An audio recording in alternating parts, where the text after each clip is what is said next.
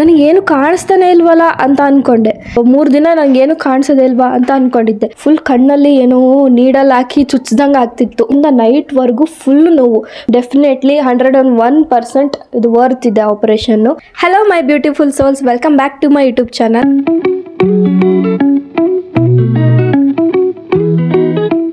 ಗೊತ್ತು ತುಂಬ ಲೇಟಾಗಿ ವಿಡಿಯೋ ಅಪ್ಲೋಡ್ ಮಾಡ್ತಾ ಇದ್ದೀನಿ. ತುಂಬ ಜನ ಕೇಳಿದ್ರು ಓದ್ ವಿಡಿಯೋದಲ್ಲಿ ನಾನು ಲೇಸಿಕ್ ಐ ಸರ್ಜರಿ ಮಾಡಿಸ್ಕೊಂಡಿದ್ದೆ. ಸೊ ಅದ್ರ ಬಗ್ಗೆ ಡೀಟೇಲ್ಸ್ ಹೇಳಿ, ಎಷ್ಟಾಯಿತು ಏನು, ಹಂಗೆ ಎಲ್ಲಿ ಮಾಡಿಸ್ಕೊಂಡಿದ್ರಿ, ಅದ್ರದ್ದು ಎಫೆಕ್ಟ್ಸ್ ಏನೇನಿದೆ, ಸೈಡ್ ಎಫೆಕ್ಟ್ಸ್ ಏನಾದರೂ ಇದೆನಾ ಅಂತ ಕೇಳಿದರು.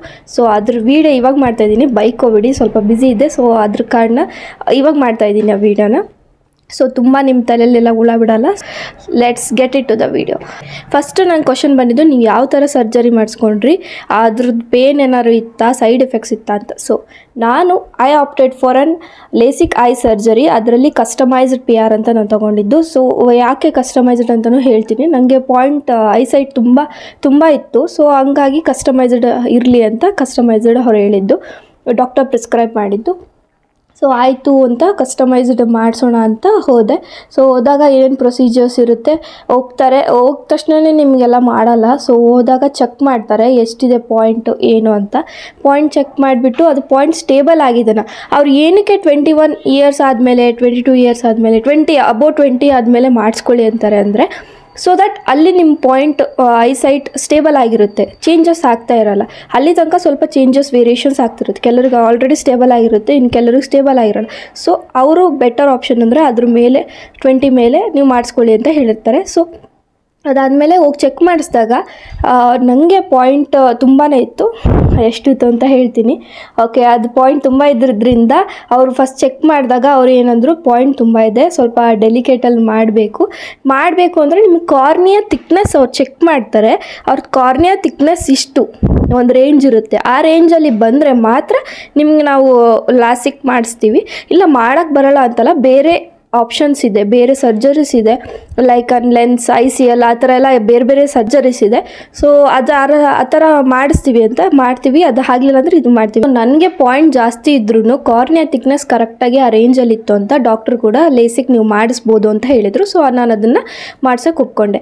ಸೊ ಅದಕ್ಕಿಂತ ಮುಂಚೆ ಇಂಪಾರ್ಟೆಂಟ್ ಪಾಯಿಂಟ್, ನೀವೇನಾದರೂ ಲೆನ್ಸ್ ಯೂಸ್ ಮಾಡ್ತಾಯಿದ್ರೆ, ಜಸ್ಟ್ ಲೈಕ್ ಟೆಂಪ್ರವರಿ ಅಥವಾ ಯಾವುದಾದ್ರೂ ಲೆನ್ಸ್ ಆಯಿತು ಯೂಸ್ ಮಾಡ್ತಾಯಿದ್ರೆ, ನೀವು ಇದನ್ನು ಏನಾದರೂ ಡಾಕ್ಟ್ರ್ ಹತ್ರ ಹೋಗ್ತಾ ಇದ್ದೀರಾ ಚೆಕಪ್ಪಿಗೆ ಅಂದರೆ 1 ವೀಕ್ ಮುಂಚೆ, 1 ವೀಕ್ ಅಲ್ಲದೆ ಇದ್ದರೂ ಅಟ್ಲೀಸ್ಟ್ ನಿಮ್ಮ ಸೇಫ್ಟಿಗೋಸ್ಕರ 2 to 3 ಡೇಸ್ ಮುಂಚೆ ನೀವು ಅದನ್ನು ಹಾಕಂಗಿಲ್ಲ. ಲೆನ್ಸ್ ಹಾಕಿದರೆ ಅಲ್ಲಿ ಆ ಕಾರ್ನಿಯಾ ಥಿಕ್ನೆಸ್ ವೇರಿ ಆಗುತ್ತೆ. ಸೊ ಲೆನ್ಸ್ ಹಾಕಂಗಿಲ್ಲ. ಲೆನ್ಸ್ ಹಾಕಲಿಲ್ಲಂಗೆ ಅಂದರೆ 1 ವಾರದ ಹಿಂದೆ ನೀವು ಲೆನ್ಸ್ ಹಾಕಿದ್ರು ಓಕೆ, ಅದ್ರ ಒಳಗಡೆ ಹಾಕಿದರೆ ನೀವು ಸ್ವಲ್ಪ ವೆಯ್ಟ್ ಮಾಡಿ ಆಮೇಲೆ ಹೋಗಿ ನೀವು ಚೆಕ್ ಮಾಡಿಸ್ಬೇಕು. ಅವ್ರು ಕೇಳ್ತಾರೆ ನಿಮ್ಗೆ ಅದು ಆಪ್ಷನ್, ಲೆನ್ಸ್ ಹಾಕಿದ್ರಾ ನೀವು ಅಂತ. ಹಾಕಿಲ್ಲ ಅಂದರೆ ನೀವು ಚೆಕ್ ಮಾಡಿಸ್ಬೋದು. ಓಕೆ, ಅದಾದಮೇಲೆ ಚೆಕ್ ಆದಮೇಲೆ ನಿಮಗೆ ಅದು ಲೇಸಿಕ್ ಮಾಡ್ಸೋಕ್ಕೆ ಬರುತ್ತೋ ಇಲ್ವೋ ಅಂತ ಹೇಳ್ತಾರೆ. ಫಸ್ಟ್ ಸ್ಟೆಪ್ಪು, ನೀವು ಅಲ್ಲಿ ಹಾಸ್ಪಿಟಲಿಗೆ ಹೋಗಿ ಚೆಕಪ್ ಮಾಡಿಸಿ ಲೇಸಿಕ್ ನಿಮಗೆ ಆಗುತ್ತೋ ಇಲ್ವೋ ಅಂತ ಅವ್ರು ಹೇಳ್ತಾರೆ. ಅದಾದಮೇಲೆ ನೀವು ಮಾಡಿಸ್ಕೋಬೋದು. ಅದು ಮಾಡ್ಸೋದಕ್ಕೆ ಹೋದಾಗ 1-2 ಫಾರ್ಮ್ ಇರುತ್ತೆ, ಫಾರ್ಮ್ ಸೈನ್ ಮಾಡಿಸ್ಕೋತಾರೆ. ಇದ್ರದ್ದು ಕಾಸ್ಟ್ ಆಗಲಿ, ಎಲ್ಲಿ ಮಾಡಿಸಿದಾಗಲಿ ಲಾಸ್ಟಿಗೆ ಹೇಳ್ತೀನಿ ನಾನು, ಎಲ್ಲಿ ಏನು ಇತ್ತಾ ಅಂತ ಅದ್ರ ಡೀಟೇಲ್ಸ್ ಎಲ್ಲ ಲಾಸ್ಟಿಗೆ ಕೊಡ್ತೀನಿ. ಇವಾಗೇ ಕೊಟ್ಬಿಟ್ರೆ ಓಡೋಗಿ ಬಿಡ್ತೀರಲ್ಲ ನೀವು ನೋಡ್ಕೊಂಡು, ಅದಕ್ಕೆ ಅದನ್ನು ಲಾಸ್ಟಿಗೆ ಹೇಳ್ತೀನಿ. ಇನ್ನೇನು ಸರ್ಜರಿ ಮಾಡ್ಸೋಕ್ಕೆ ಹೋದಾಗ ನಿಮಗೊಂದು ಫಾರ್ಮ್ ಕೊಡ್ತಾರೆ, ಕನ್ಸೆಂಟ್ ಫಾರ್ಮ್. ಅದನ್ನು ಫಿಲ್ ಮಾಡಿ ಗಾರ್ಡಿಯನ್ ಹತ್ರ ಸೈನ್ ಮಾಡಿಸಿ ನೀವು ಸೈನ್ ಮಾಡಬೇಕು. ಅದೆಲ್ಲ ಸೈನ್ ಆದಮೇಲೆ ಇಸ್ಕೋತಾರೆ. ಅದಾದಮೇಲೆ ನಿಮಗೆ OT ಕರ್ಕೊಂಡು ಹೋಗ್ತಾರೆ.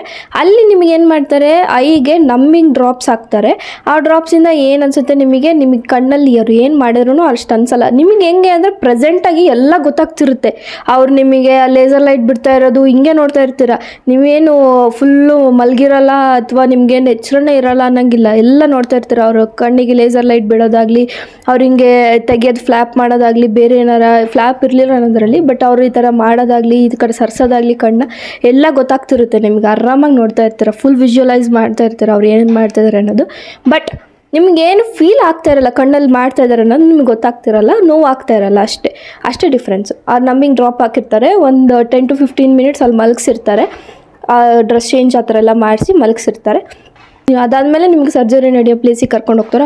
ಅಲ್ಲಿ ಮಾತ್ರ ಫುಲ್ ಹೆಂಗೆ ಅಂದರೆ ಫುಲ್ ಕೋಲ್ಡ್ ಇರುತ್ತೆ. ಸ್ವಲ್ಪ ಎಲ್ಲ ಚೆನ್ನಾಗಿ ದಪ್ಪ ಇರೋ ಕ್ಲಾತ್ಸ್ ಹಾಕ್ಕೊಂಡೋಗಿ, ಅಲ್ಲಿ ಫುಲ್ ಕೋಲ್ಡ್ ಇರುತ್ತೆ ಆಯಿತಾ. ನೀವು ಫುಲ್ ಲಿಟ್ರಲಿ ಗದ ಅಂತ ನಡುಕ್ತಿರ್ತೀರ, ಅಷ್ಟು ಕೋಲ್ಡ್ ಇರುತ್ತೆ.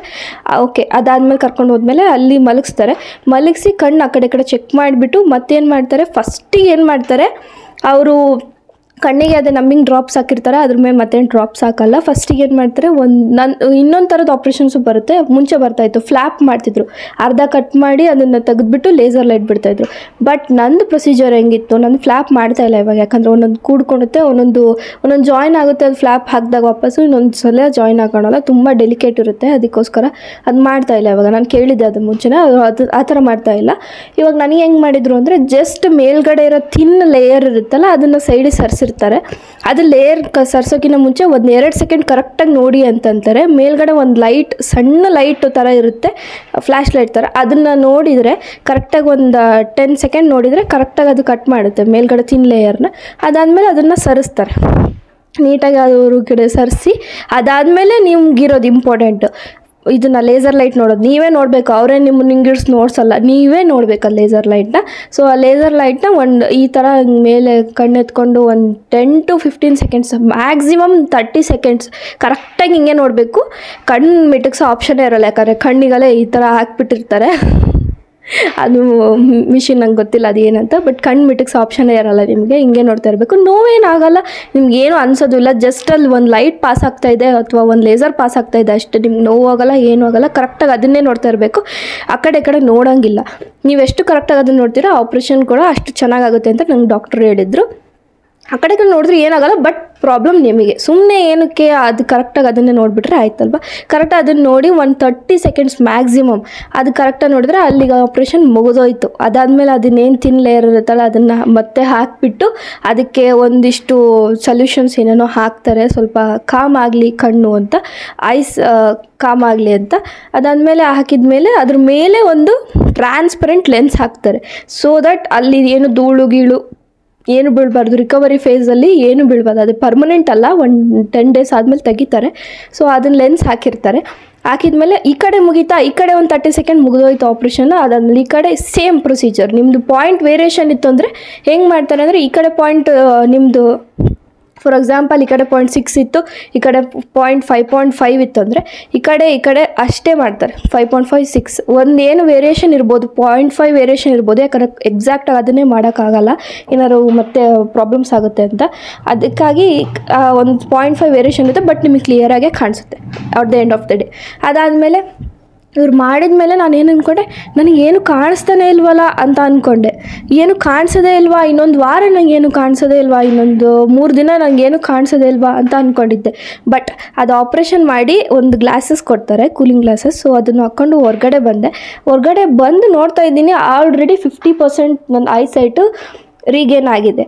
ಸೊ ನನಗೆ ಎಲ್ಲ ಎಷ್ಟು ಸ್ಪೆಕ್ಟ್ ಹಾಕ್ಲಿಲ್ದಾಗ ಎಷ್ಟು ಬ್ಲರ್ ಅನಿಸ್ತಾ ಇತ್ತು, ನಾನು ಸ್ಪೆಕ್ಟ್ ಹಾಕಿದಾಗ ಎಷ್ಟು ಬ್ಲರ್ ಅನಿಸ್ತಾ ಇತ್ತು ಅಷ್ಟು ಬ್ಲರ್ ಅನಿಸ್ತಾ ಇರಲಿಲ್ಲ. 50% ಐಸೈಟ್ ಅಲ್ಲಿ ಆಲ್ರೆಡಿ ಬಂದಿದೆ ಅಂತ ಅನಿಸ್ತು ನನಗೆ. ಬಂದು ನೋಡ್ತಾ ಇದ್ದೀನಿ, ಎಲ್ಲ ಅಕ್ಷರ ಎಲ್ಲ ಕಾಣ್ತಾ ಇದೆ. ಅದಾದಮೇಲೆ ನನ್ನ ಪರ್ಸನ್ಸ್ ಫೇಸ್ ಎಲ್ಲ ಬ್ಲರಾಗಿ ಕಾಣಿಸ್ತಾ ಇತ್ತು, ಇರೋದನ್ನ ಒಪ್ಕೋತೀನಿ. ಬ್ಲರಾಗಿ ಕಾಣಿಸ್ತಾ ಇತ್ತು, ಅದೆಲ್ಲ ನೀಟಾಗಿ ಕಾಣಿಸೋಕ್ಕೆ ಸ್ಟಾರ್ಟ್ ಆಯಿತು. ನಾನು ಜಾಸ್ತಿ ಸ್ಟ್ರೆಸ್ ಮಾಡಿ ಇನ್ನೂ ಏನೇನು ಕಾಣಿಸುತ್ತೋ ಅಂತ ಎಲ್ಲ ನೋಡೋಕೆ ಹೋಗಲಿಲ್ಲ. ಕಣ್ಣು ತುಂಬ ಅವಾಗೇನು ನೋವು ಆಗಲಿಲ್ಲ, ಬಟ್ ಸ್ಟ್ರೆಸ್ ಮಾಡೋದು ಬೇಡ ಅಂತ ಅಂದ್ಕೊಂಡೆ ಅಷ್ಟೇ. ಅವಾಗ ಒಂಚೂರು ನೋವಾಗಲಿಲ್ಲ. ನಾನೇ ಹೊರಗಡೆ ನಡ್ಕೊಂಬಂದೆ, ನಾನು ನಮ್ಮ ಪಪ್ಪನ ಹತ್ರ ಮಾತಾಡಿದೆ, ಅದಾದ್ಮೇಲೆ ಕೂತ್ಕೊಂಡೆ. ಅದಾದಮೇಲೆ ಅವ್ರ ಮನೆ ಕರ್ಕೊಂಬಂದರು. ಅದು ಒಂದು 3 ಡ್ರಾಪ್ಸ್ ಕೊಡ್ತಾರೆ, ಅದನ್ನು ಅವತ್ತಿಂದ 1-2 ದಿನ ಫುಲ್ 1 ಅವರಿಗೂ ಹಾಕೋತಾ ಇರಬೇಕು. ಅದನ್ನು ಕಣ್ಣು ದೊಡ್ಡದು ಮಾಡಿ ಅದನ್ನ ಡ್ರಾಪ್ಸ್ ಹಾಕೋತಾ ಇರಬೇಕು. ಅದಾದಮೇಲೆ ಅದಾದಮೇಲೆ ಮನೆಗೆ ಬಂದು ಒಂದು ಅರ್ಧ ಗಂಟೆ ಆದಮೇಲೆ ನಂಬಿಂಗ್ ಡ್ರಾಪ್ಸ್ ಇತ್ತಲ್ಲ, ಅದು ಫುಲ್ ಪವರ್ ಇಳಿದ ಮೇಲೆ ಸ್ಟಾರ್ಟ್ ಆಯಿತು ನನಗೆ ನೋವು. ಅಲ್ಲಿ ತನಕ ಸ್ಟಾರ್ಟ್ ಆಗಿರಲಿಲ್ಲ. ನಂದು ಪಾಯಿಂಟ್ ಜಾಸ್ತಿ ಇದ್ದಿದ್ದರಿಂದ ಅವರು ಹೇಳಿದ್ದು ನಿಮಗೆ ನೋವು ಬರುತ್ತೆ, ಅಂದರೆ ಜಾಸ್ತಿ ಇರೋದ್ರಿಂದ ಸ್ವಲ್ಪ ಜಾಸ್ತಿನೇ ನೋವು ಬರುತ್ತೆ, 1 ದಿನ ಮಾತ್ರ ನೋವಿರುತ್ತೆ, ಅದಾದಮೇಲೆ ನಿಮಗೆ ನೋವಿರಲ್ಲ ಅಂತ ಅಂದರು. ಸೊ ಅವರು ಬೇಸಿಕಲಿ ಹೇಳೋದು ಸಂಜೆ, ಯಾಕಂದರೆ ಮಾಡಿಸ್ಕೊಂಡು ಬಂದು ಬಿಸಿಲಿಗೆ ಹೋಗೋದು ಬೇಡ ಅಂತ ಸಂಜೆ ಹೇಳಿರ್ತಾರೆ ಆಪ್ರೇಷನ್ನ. ಸೊ ಮಾಡಿಸ್ಕೊಂಡು ಬಂದೆ, ಸಂಜೆಯಿಂದ ನೈಟ್ವರೆಗೂ ಫುಲ್ ನೋವು, ಫುಲ್ ಕಣ್ಣಲ್ಲಿ ಏನೋ ನೀಡಲ್ ಹಾಕಿ ಚುಚ್ಚಿದಂಗೆ ಆಗ್ತಿತ್ತು. ಕಣ್ಣಲ್ಲಿ ಫುಲ್ ಏನೋ ನೀಡಲ್ ಹಾಕಿ ಚುಸ್ದಂಗೆ ಆಗ್ತಾಯಿತ್ತು. ಆಮೇಲೆ ಯಾರೋ ಫುಲ್ ಕಣ್ಣಿಗೆಲ್ಲ ಹಿಂಗೆ ಹೊಡಿತಾ ಇದ್ದಾರೆ ಅಂಥರ ಫೀಲ್ ಆಗ್ತಾಯಿತ್ತು. ಕಣ್ಣು ಫುಲ್ ಉರಿ ಖಾರ ಪುಡಿ ಆಗ್ದಂಗೆ ಆಗ್ತಿತ್ತು, ಫುಲ್ ಉರಿತಾ ಇತ್ತು. 1 ಹೊತ್ತು ಅಷ್ಟೇ. ಅದಾದಮೇಲೆ ಒಂದು ನೈಟ್ ಅಷ್ಟೊತ್ತಿಗೆ ಅದು ಐ ಡ್ರಾಪ್ಸ್ ಹಾಕೋತಾ ಸ್ವಲ್ಪ ಕಾಮ್ ಆಯಿತು ಕಣ್ಣು.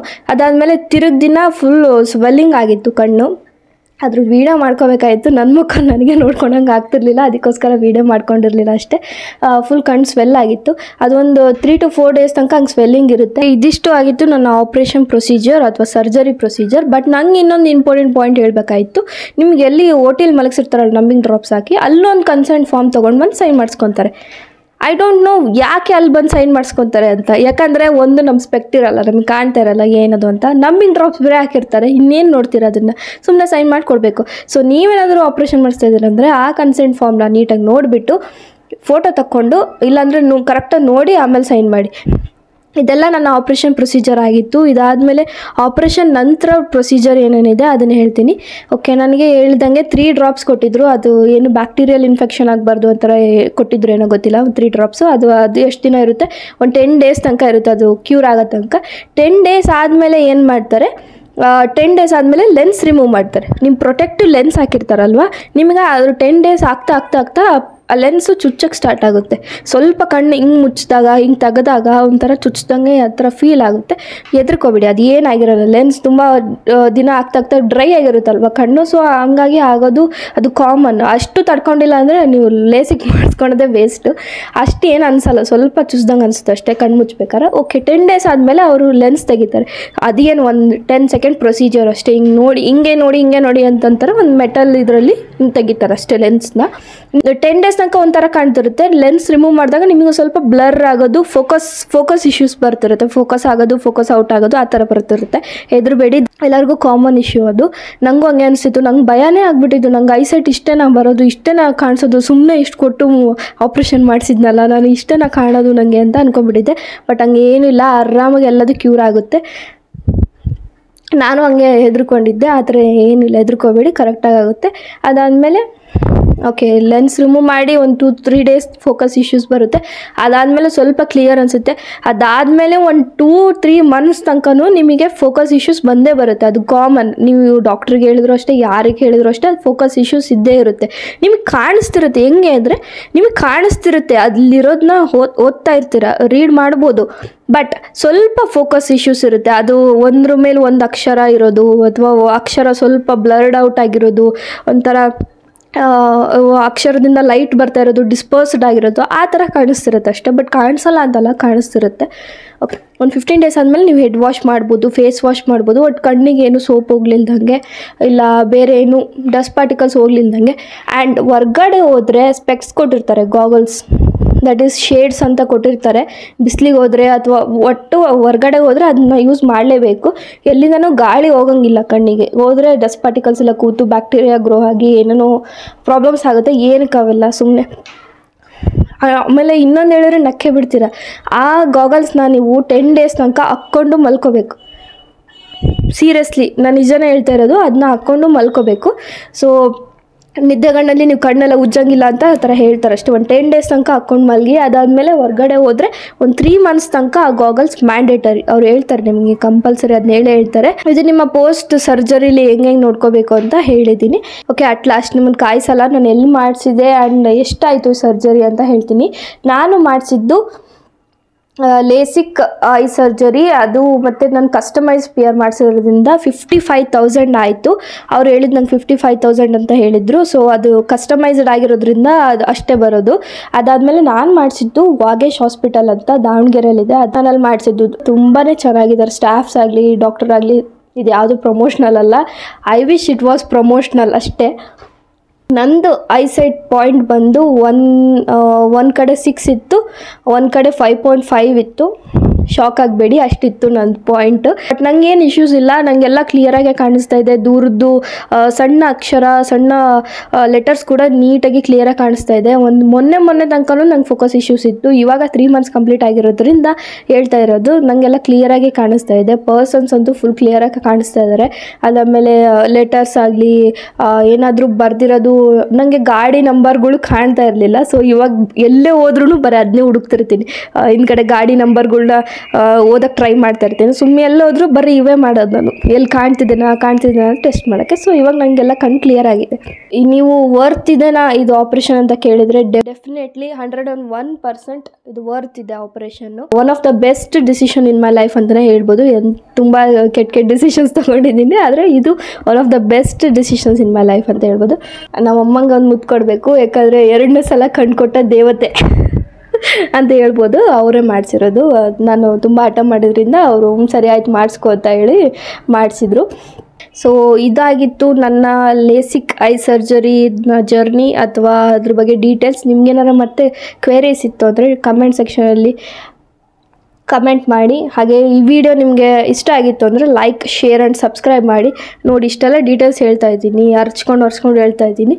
ಅದಕ್ಕಾದರೂ ನೀವು ಲೈಕ್, ಸಬ್ಸ್ಕ್ರೈಬ್ ಮಾಡ್ಕೊಳ್ಳಿ. ಸಬ್ಸ್ಕ್ರೈಬ್ ಯಾರು ಮಾಡ್ಕೊಂಡಿಲ್ಲ ಪ್ಲೀಸ್ ಸಬ್ಸ್ಕ್ರೈಬ್ ಮಾಡ್ಕೊಳ್ಳಿ ಅಷ್ಟೇ. ಓಕೆ, ನೆಕ್ಸ್ಟ್ ವ್ಲಾಗಲ್ಲಿ ಸಿಗೋಣ. ಬಾಯ್.